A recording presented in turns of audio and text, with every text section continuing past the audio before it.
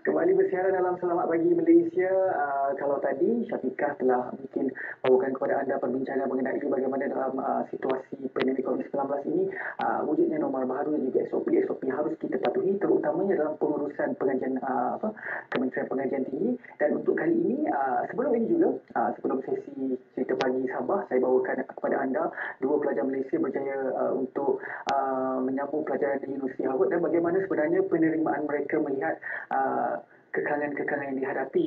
Contohnya, pembelajaran dalam talian. Mungkin pada mereka sebagai pelajar-pelajar yang muda masih lagi tidak dapat menerima. Apapun perkara tersebut kita harus terima kerana apa pandemik COVID-19 ini dijangkakan akan berlanjutan sehingga mungkin kita tidak tahu sampai bila. Tetapi kita harus terima norma baru dan juga SOP-SOP yang telah dikeluarkan dan kita harus mengikut perkara tersebut. Baiklah, untuk bercerita lagi mengenai dan juga bercerita lagi mengenai pengurusan pengajian tinggi, saya rasa saya cukup berbangga pada hari ini apabila Profesor Datuk Seri Dr. Muhammad Mustafa Ishak bersama dengan saya, dan hari ini juga kita akan berbincang mengenai norma baru pengajaran dan juga pembelajaran di IPT. Apapun tahniah diucapkan di atas pelantikan Datuk Seri kepada jawatan Ketua Pengarah Kementerian Pengajian Tinggi.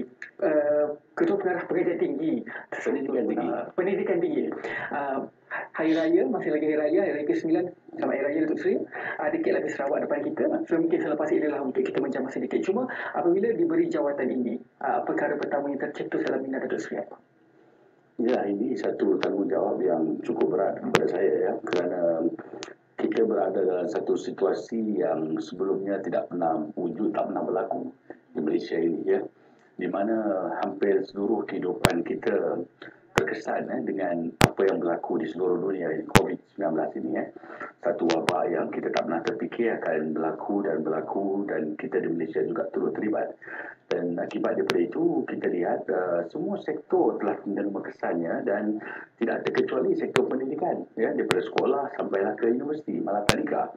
Justru kita harus menyesuaikan diri ya dengan keadaan-keadaan yang telah berubah ini ya, apa yang dipanggil the new normal ya, dan kebiasaan baru ya. Dan ini menyebabkan kita terpaksa memperkenalkan cara-cara baru, norma-norma baru dalam kita mengendalikan kehidupan kita, termasuklah dalam bidang pendidikan ya. Dan perkara-perkara yang dulunya kita tidak pernah buat ataupun kita buat tapi tidak biasa, tapi hari ini kita terpaksa lakukannya sebagai satu kebiasaan baru ya. Dan inilah yang saya fikir tanggungjawab yang saya harus terima apabila dilantik oleh pihak kerajaan kejawatan ini, dan saya harus memastikan jangan sampai sektor pendidikan baik di universiti atau di mana-mana peringkat sekalipun pengajian tinggi ini terganggu ya. Kita ada sedikit di peringkat awalnya kita macam terkejut, tergamam sikit dengan apa yang berlaku itu, dan tetapi alhamdulillah sekarang ini saya lihat kita sudah boleh membuat sedikit penyesuaian ya, adjustment, dan dengan itu kita sudah bersedia untuk menghadapi keadaan ini dengan persediaan-persediaan yang lebih rapi sedikit lah. Dan jika kita lihat juga perubahan yang berlaku daripada bermulanya pandemik COVID-19 di awal tahun 2020 ini, bermulanya pada hujung tahun 2020 sehingga kepada hari ini, banyak perkara telah berubah secara drastik dan juga secara cepat. Tetapi dalam perkataan norma baru juga SOP telah dikeluarkan, mungkin sektor pendidikan adalah sektor yang ramai orang pandang. Sektor pendidikan sekolah rendah, sekolah menengah hingga ke IPT. Mungkin menjadi satu kebiasaan kepada kita pengajaran itu dilakukan secara bersemuka. Tapi hari ini nak tak nak pengajaran dan pembelajaran harus dilakukan secara dalam talian. Tetapi kehendak dan juga keperluan sesetengah universiti ataupun IPT ini untuk mengadakan pengajaran dan juga pembelajaran secara bersemuka itu perlu ada tahap kesediaan KPT untuk menerima norma baru ini dan juga diadaptasikan ke dalam apabila IPT dibuka semula. Bagaimana Datuk? Kita memang sentiasa berbincang dengan pihak universiti ya, kerana yang akan mengendalikannya di barisan hadapannya ialah institusi pengajian tinggi, institusi awam, termasuk juga institusi swasta, malah ada juga yang melibatkan politeknik, college community dan sebagainya. Jadi mereka yang berada di barisan hadapan yang harus menjadi penyampai kepada pendidikan ini, mereka yang paling banyak terpaksa membuat penyesuaian dan sebagainya ya. Tetapi di peringkat Kementerian Pendidikan Tinggi kita harus membantu mengambil maklum mengenai isu dan masalah yang mereka hadapi itu, dan dengan itu kita harus mencari jalan bagaimana kita dapat memudahcarakan ya untuk memfasilitasikan proses-proses pembelajaran supaya tidak terganggu ya. Misalnya sekarang kita ada isu mengenai penjarakan sosial itu. Justru kelas yang terlalu besar tak boleh kita buat. Artinya kalau kita lakukan kelas juga, dia harus dijarakkan, dikecilkan saiz pelajar itu supaya ada berlaku penjarakan ya. Dan dengan itu kita boleh laksanakan PDP, pengajaran dan pembelajaran. Tetapi masih ada risiko di situ sebab kita berada di kawasan yang barangkali tertutup dan sebagainya ya. Jadi banyak soal kuman, soal kebersihan dan sebagainya. Sebab itu kita melihat pembelajaran secara dalam talian ini sebagai satu alternatif yang lebih baik, lebih sesuai ya. Sebelum ini pun sudah ada sebenarnya orang buat masters online, MBA secara online, program master secara online ya. Malah kita kalau kita ingat misalnya Open University ya, universiti terbuka pula buat secara dalam talian semuanya, tapi mungkin cara-caranya berbeza sikit dengan keadaan sekarang. Misalnya pelajar baru yang akan masuk umpamanya dalam bulan 10 ini, Oktober ini, mereka akan masuk ke kampus, tetapi kita masih mahukan mereka belajar secara dalam talian di kampus. Oleh kerana bilangannya kecil, pada keseluruhannya saya kira yang akan kita benarkan ke kampus kita dalam 25% saja ya, iaitu pelajar tahun akhir yang mana mereka perlu tamatkan program-program pengajian mereka dan mereka perlukan akses kepada internet mereka, satu kumpulan. Kemudian pelajar-pelajar baru. Selain daripada itu, pelajar-pelajar postgraduate yang perlukan menggunakan makmal, studio dan sebagainya, ini juga kita benarkan. Kalau dalam talian dia tak boleh guna studio, tak boleh guna makmal, so dibenarkan, tapi ada SOP-nya ya, iaitu Standard Operating Procedure yang mereka harus patuhi dan ikutlah. Ayat ini dibuat oleh pihak universiti. Manakala pelajar-pelajar baru ini kita mahu mereka hadir ke kampus nanti bulan 10 untuk mereka membiasakan memahami senario landscape pengajian tinggi itu. Kalau tidak, mereka tak pernah masuk ke universiti, barangkali tak membayangkan kehidupan universiti pun tak boleh ya. Mungkin sukar kepada mereka. Tetapi apapun, kalau mereka kembali ke sana pun dengan SOP yang ketat yang telah ditetapkan oleh pihak MKN dan Kementerian Kesihatan, dan dalam masa yang sama juga mereka akan kita perbanyakkan pembelajaran dalam talian, dan kalau perlu pun bersemuka dengan penjarakan sosial yang dipatuhi lah, ataupun yang mematuhi kehendak daripada Kementerian Kesihatan dan juga apa yang telah ditetapkan oleh kerajaan. Cuma ada isu sedikit kat situ, iaitu dua isu sebenarnya, iaitu satu kemampuan dari segi infrastruktur. Ini isu besar yang perlu kita tangani sekarang ni, iaitu ada universiti pusat pengajian tinggi yang sudah pun bersedia, tapi ada juga yang sebenarnya hanya barangkali ada persediaan yang sebahagiannya saja, belum sepenuhnya. Jadi ini kita perlu lakukan daripada sekarang sehingga bulan 10 nanti, ada lebih kurang dalam 4 bulan 2 bulan itu tak sampai. Jadi ini kita kena buat. Dalam masa yang sama juga, lebih kurang dalam 75% pelajar ini berada di seluruh negara.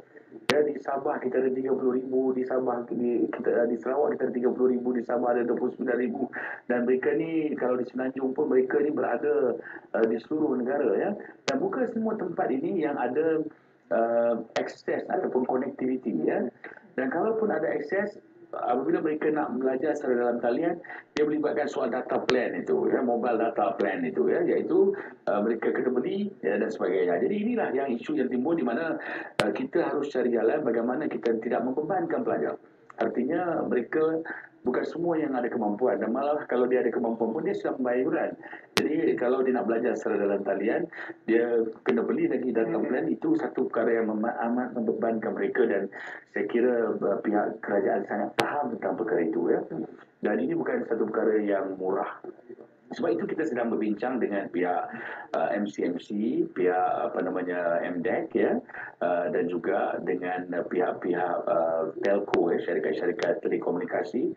Kita dalam proses ini, dan juga dengan pihak universiti sendiri, bagaimana jika boleh pelajar tidak mengeluarkan kos langsung kalau boleh ya, dan kalaupun dia terpaksa keluarkan kos itu dapat kita tampung dengan bayaran yurannya ya. Jadi ini satu perkara yang kita mesti lakukan. Mungkin boleh saya katakan mungkin akan ada satu berita gembira kepada pelajar-pelajar ini menjelang pembukaan kembali semester ya. semester. Dan kalau kita bercerita juga tentang kos, tentang yuran dan sebagainya, tidak pernah terlepas daripada yuran pengajian di setiap universiti itu. Dan kita faham juga yuran pengajian itu di atas kuasa autonomi IPT. Betul. Tetapi apabila berlakunya pandemik COVID-19, 3/4 daripada semester telah pun terjejas. Betul. Ada yang berpendapat bahawa yuran semester ini harus dibawa ke hadapan, carry forward, ataupun kita kurangkan yuran semester ini. Kerana apa? Kerana seperti mana yang Datuk ceritakan tadi lah, kos-kos nak beli data, nak langgan internet dan sebagainya. Jadi bagaimana? Betul, saya fikir itu adalah satu keluhan, satu keluhan, satu permintaan yang menasabah. Ya, yang saya kira wajar untuk diberi pertimbangan oleh pihak kerajaan dan juga pihak universiti, ya, kerana pelajar sudah bayaran, terutama mereka yang berada di IPTS, ya, IPTS yurannya agak mahal, ya. Jadi mereka tak guna kemudahan, mereka sudah sudah berbayaran atau perlu bayaran, sedangkan mereka berada di kampus, di kampung halaman mereka, bukan di kampus, dan mereka dalam masa yang sama juga perlu mendapatkan akses yang cukup, untuk mengikuti pengajaran dan pembelajaran, ya. Jadi sebab itu isu yuran ni kita sedang kaji. Dan saya harap akan adalah nanti kalau dapat berita gembira untuk para mahasiswa kita, ya, dan ibu bapa mereka, ya. Saya amat berharap supaya kita dapat melakukan sesuatu supaya pelajar tidak terasa terbeban dengan keadaan ini. Dan saya percaya kerajaan juga sangat prihatin. Kementerian Pengajian Tinggi yang membuat menteri, saya fikir sangat prihatin, ya, malah meminta saya dan rakan-rakan di kementerian untuk mencari jalan bagaimana kita tidak membebankan pelajar dalam soal ini, dan dalam masa yang sama mereka masih boleh terus belajar tanpa ada gangguan. Kerana ada juga yang nak graduate ni, yang nak dapat pengajian, tak berapa bulan lagi tapi pengajian terjejas, ya. Ada juga yang terpaksa pergi buat latihan industri tapi tak boleh pergi kerana industri juga ada batasan-batasannya. Ada yang kena buat praktikal secara lapangan, buat kajian lapangan dan sebagainya, ya, pun terjejas. Jadi banyak isu lah yang kita terpaksa tangani, dan sebab itu saya fikir isu yuran ni salah satu, dan saya amat mengharapkan, malah pihak kementerian amat mengharapkan pihak IPTS juga dapat mengkaji dengan teliti supaya mereka dapat mengambil kira tentang soal yuran ini untuk diringankan pelajar. Di pihak IPTA saya kira sebetulnya kita telah subsidi banyak. Sebenarnya kerajaan telah memberikan subsidi hampir 90% yuran pengajian. Yang pelajar bayar itu saya fikir antara 10% hingga 15% saja. Sedikit sebenarnya, ya. Walau bagaimanapun kita percaya bahawa oleh kerana pelajar ada tanggungjawab yang lain, ya, untuk dalam keadaan sekarang kita tahu bapa mereka juga terjejas, ya, kaum keluarga juga mereka terjejas. Justru sebab itu kita harus memastikan bahawa kalaupun kita kena buat pengajaran PDP ni, pengajaran dan pembelajaran dalam talian, kita jangan sampai membebankan pelajar. Yang ini harapan kita, dan kita sedang berbincang ke arah itu. Dan seperti yang saudara sebutkan tadi, barangkali ada berita gembira, insya-Allah saya harap begitu. Ya, dan supaya pelajar jangan risau. Cuma kita minta pelajar jangan kelang kabut, jangan rasa seolah-olah mereka tak diberikan perhatian, tidak. Setiap hari, setiap masa kita fikirkan soal ini, ya.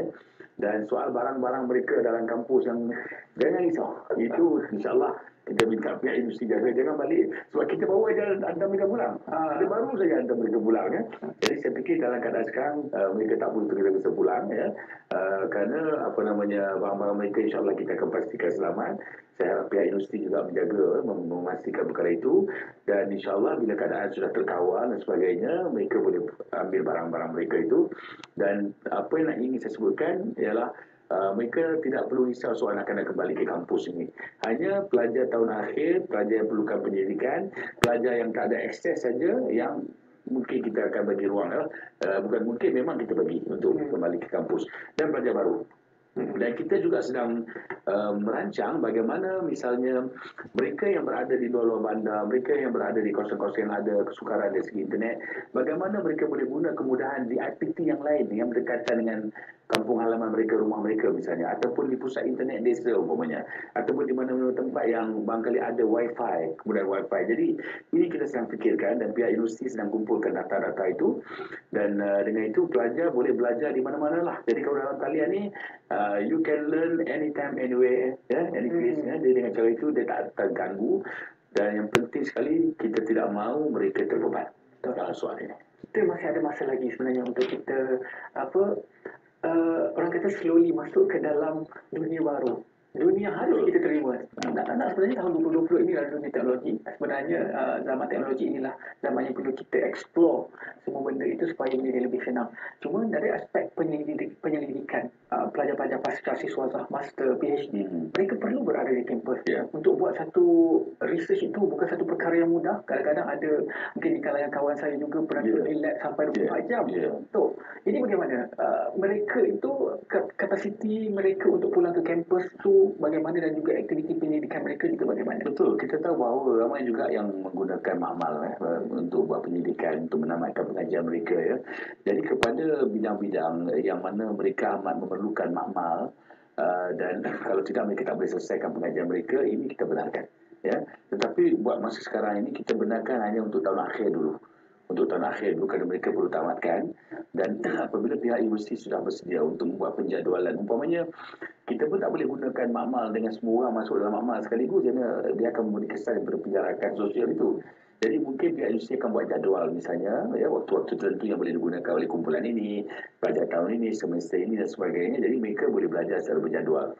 Yang perlukan makmal saya fikir tak ada isu, memang mereka akan diberi ruang untuk ke sana, tapi untuk peringkat ini kita berikan kemudahan kepada pelajar tahun akhir dan pelajar-pelajar postgraduate yang buat masters PhD ini, yang mana dia tak, kalau tak dibagi makmal dia tak boleh siap research dia, penyidikan dia kan. Tak semestinya mereka berada pada tahun akhir. Kalau dia perlukan PhD master, dia boleh pergi sekarang. Sekarang pun boleh. Tak ada masalah. Kita telah benarkan mereka boleh dapatkan kebenaran, dan nanti di sana mereka kena berikan perhatianlah kepada segala SOP-nya ya. Apa-apa juga peraturan yang ditetapkan oleh pihak universiti untuk memastikan supaya jangan sampai ada yang ada masalah COVID ni masuk ke kampus pula kan, jadi ini akan jadi masalah. Dan kita harap perkara ini dapat diurus dengan baik oleh pihak universiti, dan saya percaya untuk yang membuat penyidikan mereka tak harus bimbang ya. Dan untuk pelajar-pelajar yang lain bersabarlah dulu buat sementara waktu ini, kita gunakan dulu pembelajaran secara dalam talian, dan insyaAllah pihak Kementerian Pengajian Tinggi, Jabatan Pendidikan Tinggi, pihak universiti sedang dalam proses perbincangan. Kita ada beberapa bulan lagi untuk kita selesaikan. Jadi insyaAllah dari masa ke semasa kita akan buat pengumuman, memaklumkan kepada pelajar macam mana mereka boleh dapatkan umpamanya kemudahan data, umpamanya bagaimana barangkali kita boleh kurangkan yuran umpamanya kalau dapat dilakukan ya. InsyaAllah lah, saya fikir tidak ada yang mustahil. Misalnya mereka tak gunakan asrama, mereka tak gunakan kemudahan sukan, mereka tak gunakan makmal umpamanya, mereka tak gunakan perpustakaan, mereka tak gunakan bilik kuliah dan sebagainya, bayar elektrik, semuanya itu barangkali akan kurang sedikit. Jadi apakah tidak boleh pihak universiti misalnya mengurangkan di situ ataupun memberikan menukarkan kemudahan-kemudahan itu kepada data plan mereka umpamanya. Jadi ini barangkali satu perkara yang kita sedang kaji lah ya. Dan kita juga minta supaya pihak telco, pihak syarikat-syarikat telekomunikasi yang merupakan pihak yang menyediakan kemudahan internet ini juga memikirkan tentang soal peranan mereka dalam membantu sektor pengajian tinggi, kerana ini kehidupan baru yang sedang kita lalui, dan saya percaya dari segi kalau mereka nak fikirkan soal keuntungan mereka, tak ada masalah, mereka masih boleh mendapat keuntungan, kerana ini satu perkara baru yang memberikan ruang besar kepada mereka pula ya. Tetapi dalam masa sama kita mahu mereka membantu pihak universiti, misalnya meningkatkan prasarana, kemampuan dari segi bandwidth itu ya, kemudian dari segi internet dalam kampus. Misalnya kadang-kadang walaupun dia ada bandwidth, ada broadband dan sebagainya, tetapi dia harus juga ada konektiviti yang baik dalam kampus itu. Kadang-kadang ada setengah bahagian penuh 4 bar, ada setengah mungkin 1 bar, jadi internet tak cukup kan.